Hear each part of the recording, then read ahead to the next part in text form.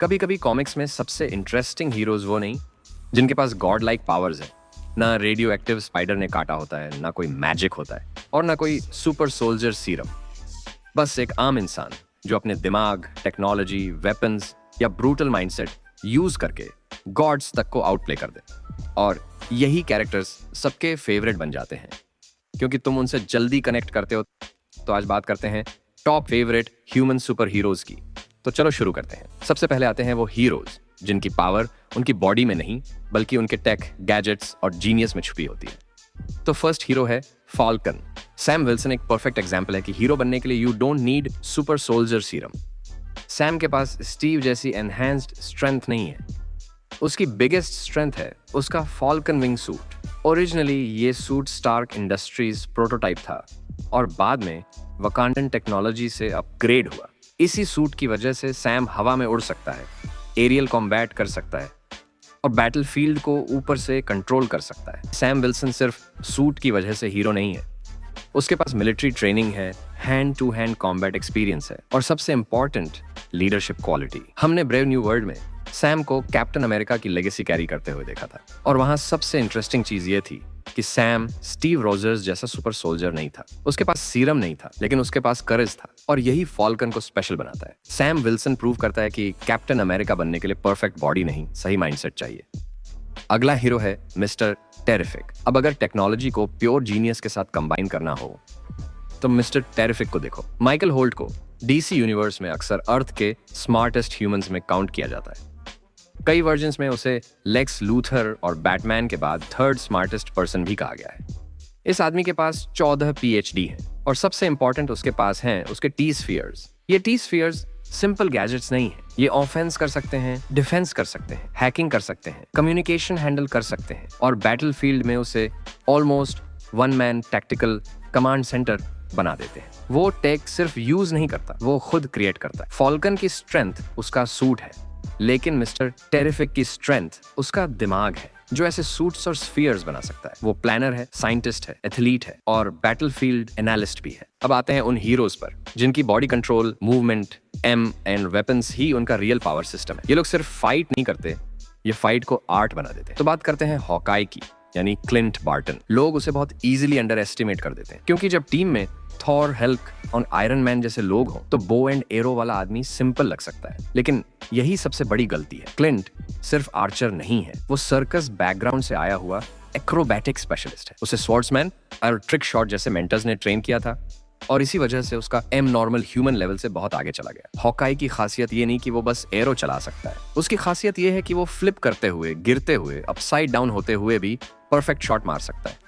And he never miss the target. और उसके trick arrows हर situation के लिए क्लिंट के पास कोई ना कोई आंसर होता है, लेकिन लिमिटेशन भी है। अगर एनिमी क्लोज रेंज में आ जाए और क्लिंट को मूवमेंट या डिस्टेंस ना मिले तो उसकी इफेक्टिवनेस कम हो जाती है, लेकिन अगर उसे स्पेस मिल जाए तो हॉकाई बैटलफील्ड को चेसबोर्ड बना देता है।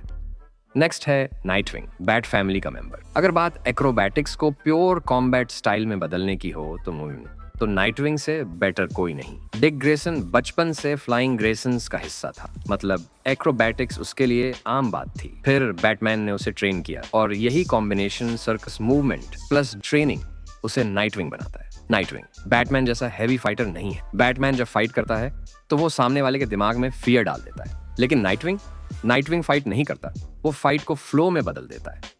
उसके मूवमेंट स्टाइल उसे मोर अनप्रेडिक्टेबल बनाते हैं।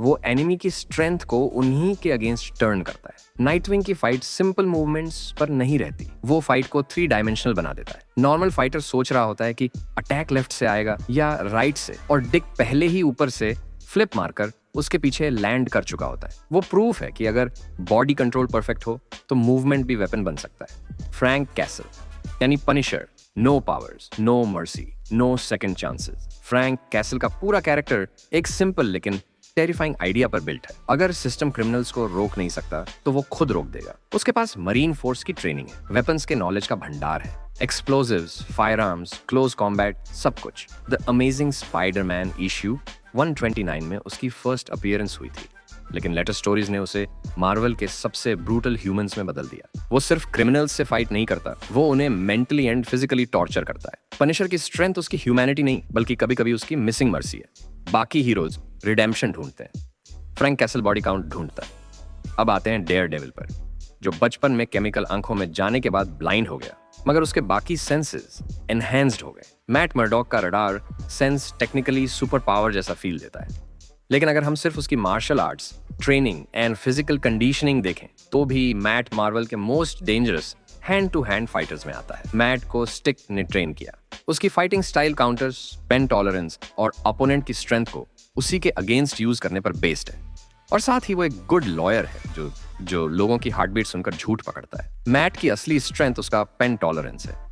वो कई बार फाइट्स में मरने की कगार पे होता है, लेकिन फिर भी वापस खड़ा हो जाता है। यही डेयर डेविल की रियल पावर। वो सिर्फ पंच नहीं मारता, वो पेन को सरवाइव करता है।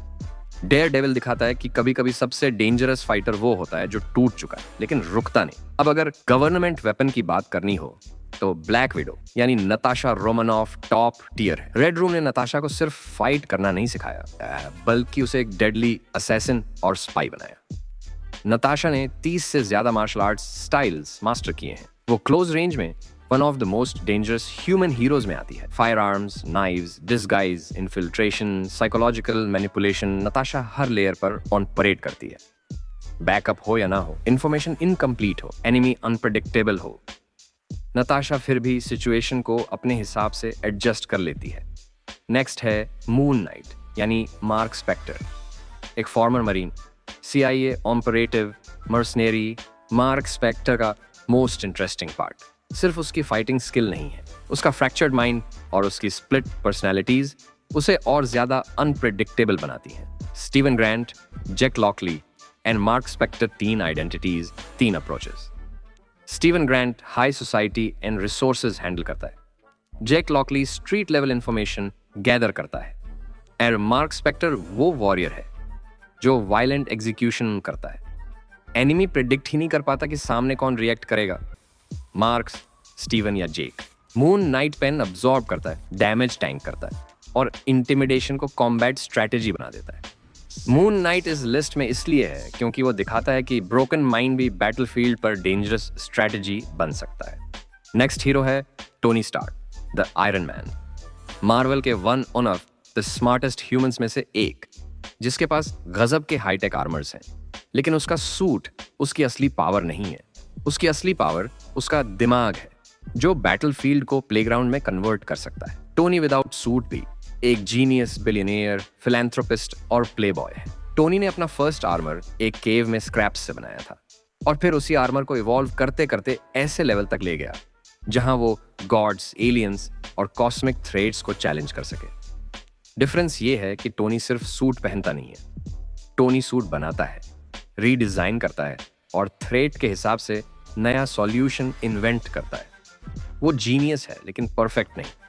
वो एरोगेंट और सेल्फ डिस्ट्रक्टिव भी है, लेकिन जब इम्पॉसिबल प्रॉब्लम सामने आती है टोनी स्टार्क सॉल्यूशन इन्वेंट करता है। और फाइनली आते हैं उस इंसान पर जिसे ह्यूमन बोलना भी कई बार अनफियर लगता है। वो क्रिमिनल्स के लिए वॉकिंग नाइटमेयर है, द बैटमैन। ब्रूस वेन के पास कोई सुपर पावर नहीं है, he is just a normal human, लेकिन यही चीज उसे और ज्यादा स्केरी बनाती है। उसने खुद को एक लिविंग वेपन बना दिया है। उसने अपने पेन और ट्रॉमा को डिसिप्लिन में बदल दिया है। वो एक deadly hand to hand fighter तो है ही, साथ ही एक डिटेक्टिव, स्ट्रेटेजिस्ट, जीनियस और DC यूनिवर्स के one of the smartest persons में आता है। गॉथम के क्रिमिनल्स बैटमैन से इसलिए डरते हैं क्योंकि वो सिर्फ मारता नहीं है, वो उनके दिमाग में घुसकर उन्हें मेंटली ब्रेक कर देता है। वो तुम्हें जान से नहीं मारेगा क्योंकि उसका नो किलिंग रूल है। लेकिन यही क्रिमिनल्स के लिए सबसे बड़ी दिक्कत है। बैटमैन एनिमी को इतना तोड़ देता है कि वो दोबारा उसके सामने आने से पहले 100 बार सोचता है। बैटमैन की रियल पावर प्रिपरेशन और प्लानिंग है। अगर justice league out of control हो जाए तो उन सबको रोकने के लिए एंड मारने के लिए भी उसके पास पहले से प्लान मौजूद है। यही बात बैटमैन को डरावना बनाती है। उसके पास पावर्स नहीं है, लेकिन